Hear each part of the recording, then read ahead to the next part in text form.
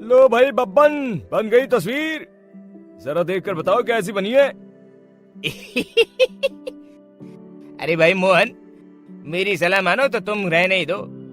एक पेंटर बनना तुम्हारे बस की बात नहीं है। हाँ, तुमने सही कहा, मुझे भी कुछ ऐसा लगता है। खैर, आज शाम की गाड़ी से मैं शहर वापस जा रहा हूँ। कुछ जरूरी काम आ गया है। शहर से वापस आने के बाद तुमसे मिलता हूँ। मोहन अपने घर के दरवाजे पर ताला लगा देता है और वहाँ से चला जाता है। फिर उसी रात अचानक तेज हवाएं चलने लगती हैं। चारों तरफ डरावना माहौल बन जाता है। तभी मोहन की बनाई हुई पेंटिंग की वो औरत एक खतरनाक चुड़ैल में बदल जाती है और पेंटिंग से बाहर आ जाती है।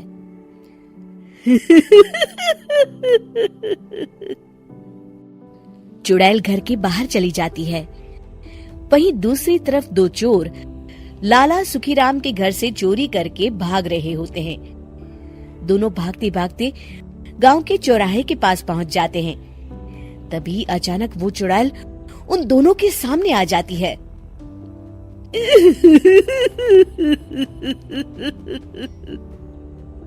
अरे मर गया रे, ये चुड़ैल कहाँ से आ गई? अरे मैंने तो तुझसे पहले ही कहा था कि आज अमावस्या की रात है, आज हमें चोरी नहीं करनी चाहिए। हाँ भाई बिल्ला, तुमने बिल्कुल सही कहा। जरा इसके दांत तो देखो कितने बड़े हैं। चुड़ैल उन दोनों की तरफ बढ़ती है। अरे चुड़ैल दीदी, तुम चाहो तो ये सारे पैसे और जेवर ले लो, लेकिन हम दोनों को कुछ मत करना।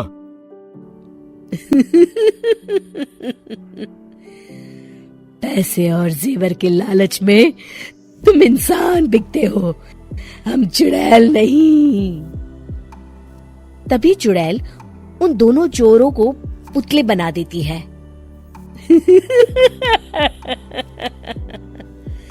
मैं किसी को नहीं छोड़ूंगी, अब कोई मुझसे नहीं बच सकता।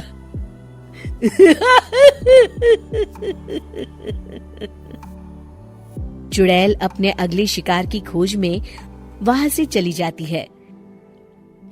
गांव की दूसरी ओर जाने पर चुड़ैल को हरिया, बिरजू और बब्बन दिखाई देते हैं। आज संडे है, आज कपिल शर्मा शो देखने का दिन है। जोर से बोलो। आज संडे है। मैंने नहीं सुना। आज संडे है, आज कपिल शर्मा देखने का दिन है। हाँ, ये हुई ना बात।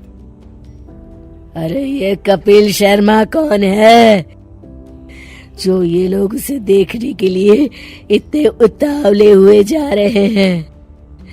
खैर मुझे क्या, मैं अभी इन दोनों को मजा चखाती हूँ। चुड़ैल तेजी से उड़कर उन तीनों के सामने आकर खड़ी हो जाती है।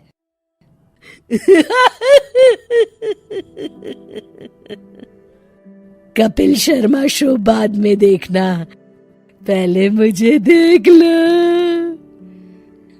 बब्बन चुड़ैल को देखते ही पहचान जाता है। अरे ये तो तस्वीर वाली औरत के जैसी दिख रही है। मुझे अभी नहीं मरना है।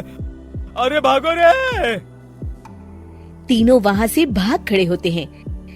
बब्बन तो किसी तरह अपनी जान बचाकर वहां से भाग जाता है, लेकिन हरिया और बिरजू को चुड़ैल पकड़ लेती है और उन्हें पुतला बना देती है। फिर चुड़ैल बब्बन को पकड़ने के लिए उसका पीछा करती है, लेकिन बब्बन उसे कहीं नहीं दिखाई देता।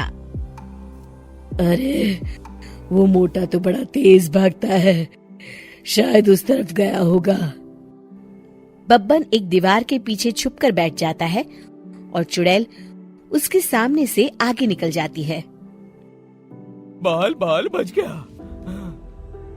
अगली सुबह बब्बन सभी गांव वालों को सारी बात बता देता है। फिर उस चुड़ैल के डर से रोज शाम होते ही पूरे गांव में सन्नाटा छा जाता था और कोई भी अपने घर के बाहर नहीं निकलता था। अरे ये क्या हो गया, इतनी देर से घूम रही हूँ, अभी तक एक भी आदमी नहीं मिला। अरे कहाँ मर गए सबके सब। चुड़ैल वहां से चली जाती है, इस तरह कुछ दिन बीत जाते हैं। फिर एक दिन मोहन गांव वापस आता है। बब्बन उसे बताता है कि उसकी बनाई तस्वीर से एक चुड़ैल बाहर आ गई है। मोहन समझ जाता है कि ये कोई आम कागज नहीं है। वो जो भी उस कागज पर बनाएगा वो असलियत का रूप ले लेगा। अरे मोहन भाई, अब तुम क्या करने वाले हो? मेरे पास एक बहुत बढ़िया तरकीब है। मैं इस कागज पर उस चुड़ैल की एक ऐसी तस्वीर बनाऊंगा जिसमें वो तपती धूप के नीचे खड़ी दिखाई देगी, और फिर जैसे ही सवेरा होगा वो चुड़ैल इस कागज से निकलकर बाहर चली जाएगी और सूरज की तेज धूप में जलकर राख हो जाएंगी। मोहन बिल्कुल वैसे ही तस्वीर बना देता है और जैसे ही सवेरा होता है वो चुड़ैल कागज से निकलकर बाहर धूप में चली जाती है और सूरज की गर्मी बर्दाश्त नहीं कर पाती और जलकर राख हो जाती है।